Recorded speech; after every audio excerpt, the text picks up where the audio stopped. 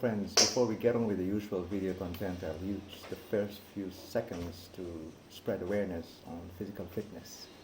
After all, IT is in the word fit, F-I-T. In this segment, I'll start on a lying down position, and my goal is to touch my toes as many times as possible. Enjoy. Hello friends, and welcome to another video lesson from DBOS Talks. If you haven't subscribed yet, please click subscribe and click the bell so that you can be notified of new uploads. This is the fourth video in a playlist called Serious Fun with SQL, and here we'll be learning how to use SQL in corporate communications. It's a very broad word, but you will see how we can really get SQL to work for us in this area. Okay, so this will be mainly accomplished by the use of table information and then using an SQL function to query those details while generating a dynamic document, dynamic content. Okay, so the first thing we'll be doing is we'll be creating tables. So we'll be creating tables. I'll be creating three tables. First is customer table, which will obviously give us customer details. Second is a loan details table. And the third will be a letter template. So I'll create them one by one. Okay, that one is created. I'll create the second one, the loan details table. That one is created. And then I'll create a third one called letter template. Okay, that one is created. Next is we're going to be inserting records into those tables.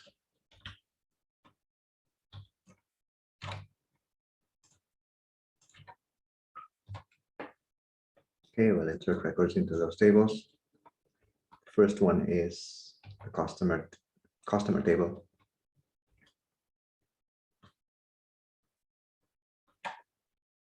Okay. And then we'll insert into loan details tables. And then we're going to be inserting into letter template tables. Okay. And then I'll click on this to commit. It's like a save. Okay.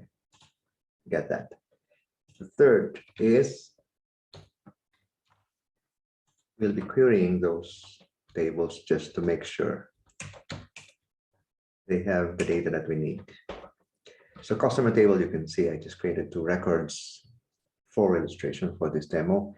We have a couple of columns: customer ID, surname, which is family name, given name, gender, civil status or civil status. Later on, you'll be seeing how this will work, how the combination of gender and civil status will be working together to our advantage, something that we can leverage on in displaying this dynamic content in the letter. Next table is loan details. So imagine using the customer information, you'll be you have this second table called loan details, which has a column called cost ID, which, if you remember, also exists in the customer table. So I'll be joining this table, loan details, later on with the customer table, because both of them have this column called customer ID, cost ID. And with that join, it will allow me to pull all these other details related to the loan of the customer, such as the policy number, currency, loan balance, and payment due date. This is just a very skeletal, minimalistic table, just so you can get the hang of it. You can see how this will work, coming up with a dynamic document, an on-the-fly document, which makes use of SQL.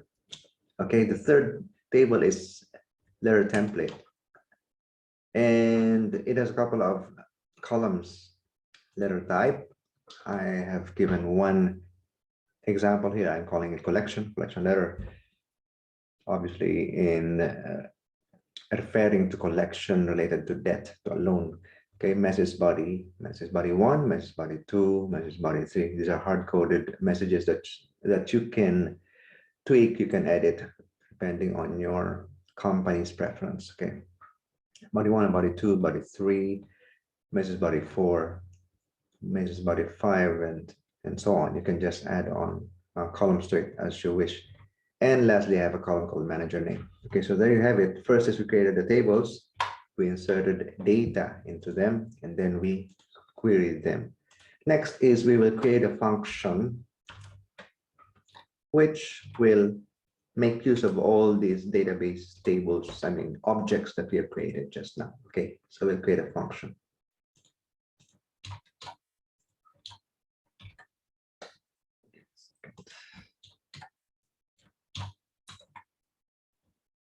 So here's a table, is a function that I created.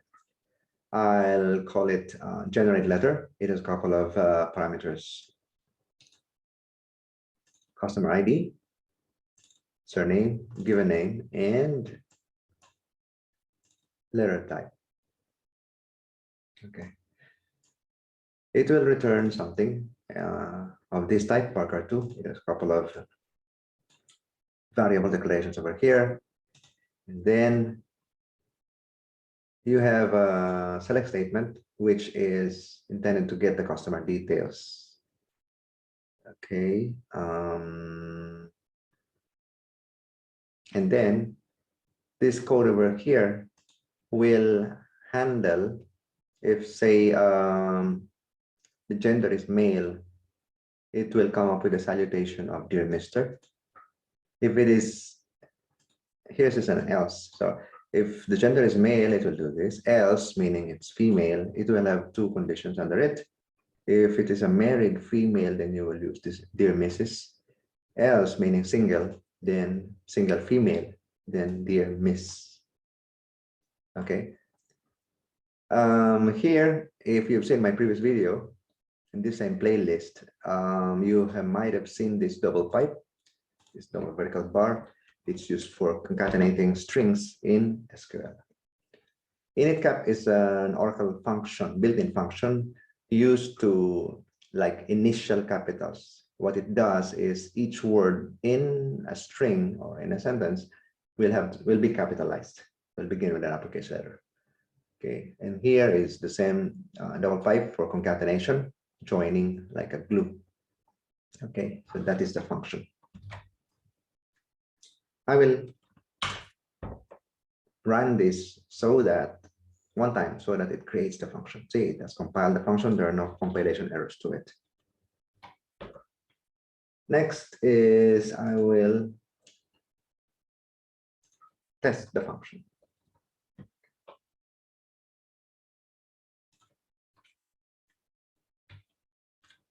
I have a couple of test cases over here.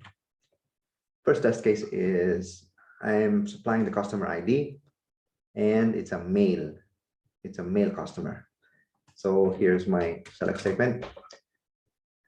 Select generate letter. This is a function name. The rest are parameters. Dual is general purpose Oracle built-in table, which is used for text processing, any kind of processing which does not involve necessarily querying data from a table. You will have to put a table name somewhere after the from. So if you're not using any particular table in Oracle, then you will have to, no choice, mention dual table. So I will run this now. Okay, so what it does is it calls this function called generate letter, which is expecting a couple of parameters, 1, 2, 3, 4, comma separated. So I'm saying I'm only supplying the first parameter and the fourth parameter. This is the customer ID. This is the letter type. The second and third are the surname and given names, which I have not supplied in this example, in this test case. So if you see, if you look at the output, it doesn't look like, it doesn't look so obvious, but if I will just open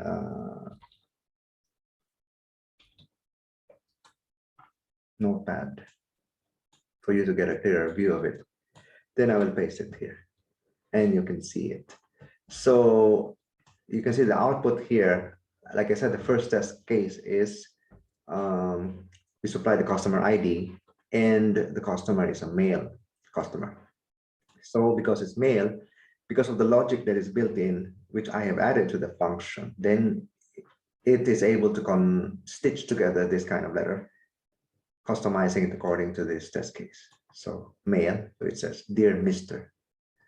Okay, and then the rest, most of the details are taken from the table called letter template, and the other details which are specific to the customer are taken from another table, such as the customer table and the loan details table, such as this.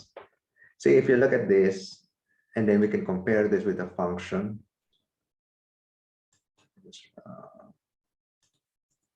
Okay, where is the number? No, not this.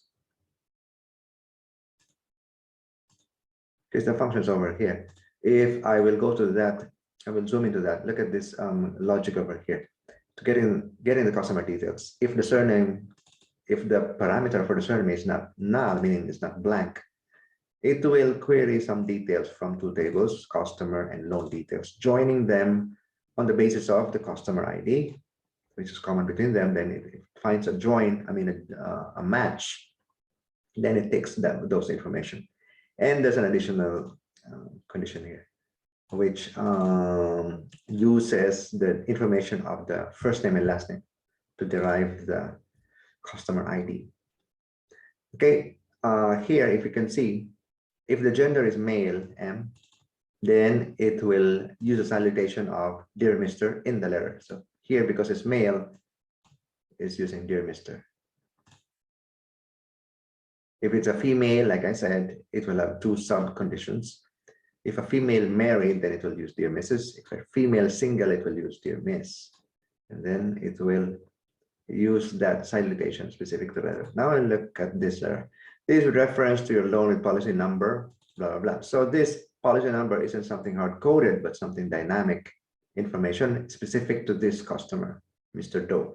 So if we look at this here, the CHR10 over here is an Oracle function to not really function. It's supposed to return an ASCII character. In this case, this is the carriage return or end of line character or new line character, something like that. So it's interchangeably known by different names by some other people. End of line character, new line character, or carriage return. So you can use this CHR10. It's the same effect as pressing the enter key. So after the salutation, which is this, "Dear Mr. Doe," the "Dear Mr. Doe" part is this. See, and the CHR10 is supposed to bring the cursor down. And then the message body one is here all the way up to here. And then you see L policy number. That is this one. And then you have message body 2. That is this. All the way up to here. And then L payment due date is this one, taken from payment details table. And then you have message body 3, which is from here up to here. And then L loan balance, it's a variable holding loan balance, it is this one. And then you have a currency, a variable, it is this one, USD. And then again, it goes on. If you can see, we keep on using the concatenation character double pipe, which is used to stitch together strings. Strings are a bunch of characters. So after the currency, it concatenates or joins with a decimal point or a period, full stop, which is this one, the ending of the sentence. And then we have a CHR10, meaning go down and then go down some more. Okay, and then message body 4 is this one all the way up to here. Okay, I didn't bother to make a dynamic assignment of the phone number to simplify.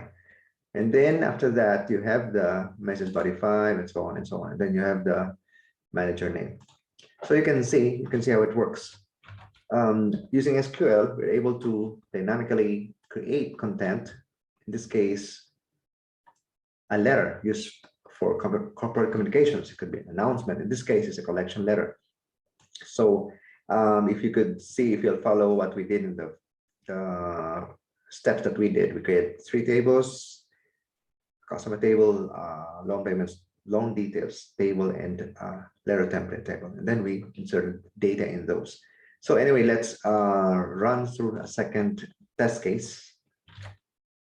Second test case is customer name. We supply the customer name to the function, as well as we know it's a male customer. So let's see how it works.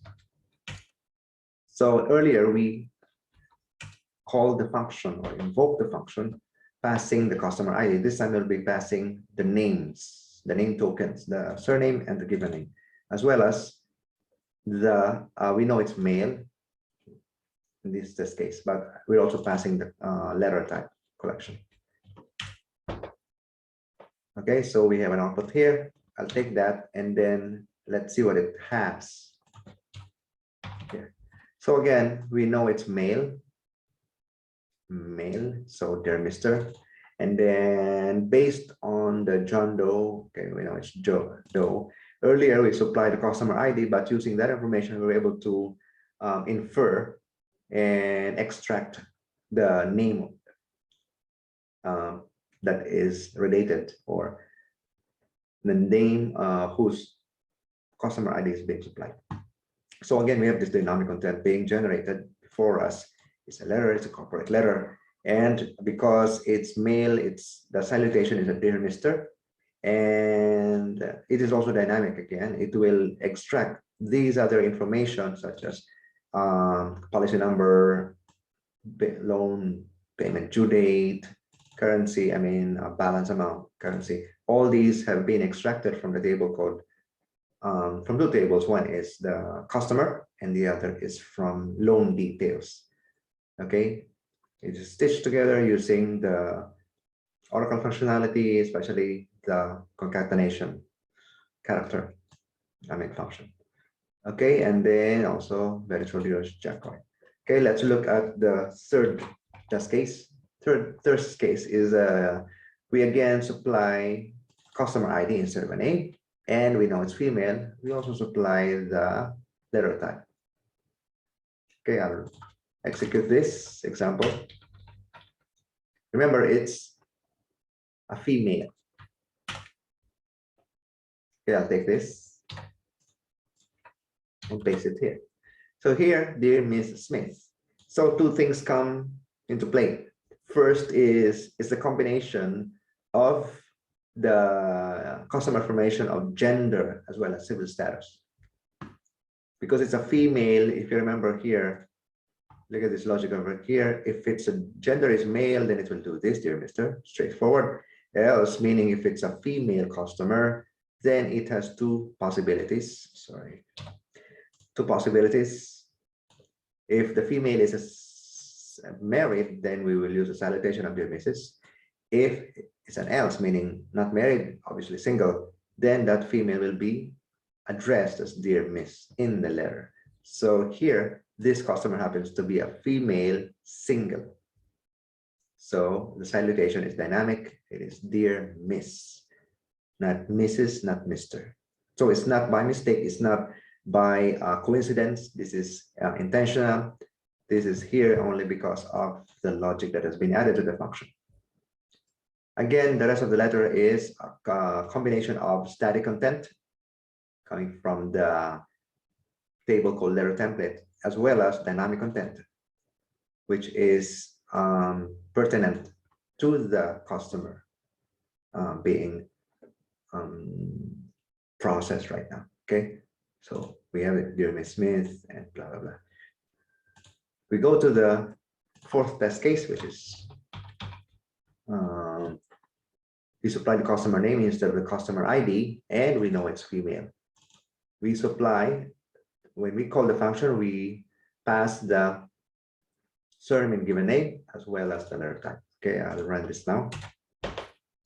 We have an output. I'll get this and put it again in our Notepad. So again, we know it's the same customer, only that earlier we were using a customer ID, but this time we are supplying the surname and given name. It has the same effect as the test case number 3, but it still generates the same dynamic content, combination of static and dynamic content. So we have a dear Miss salutation. It knows this information based on 2 data we are getting from the customer table, which is gender and civil status. And we again here have a letter which is a combination of static content from some template records as well as dynamic content specific to this customer, like the policy number, loan due date, balance, amount, currency.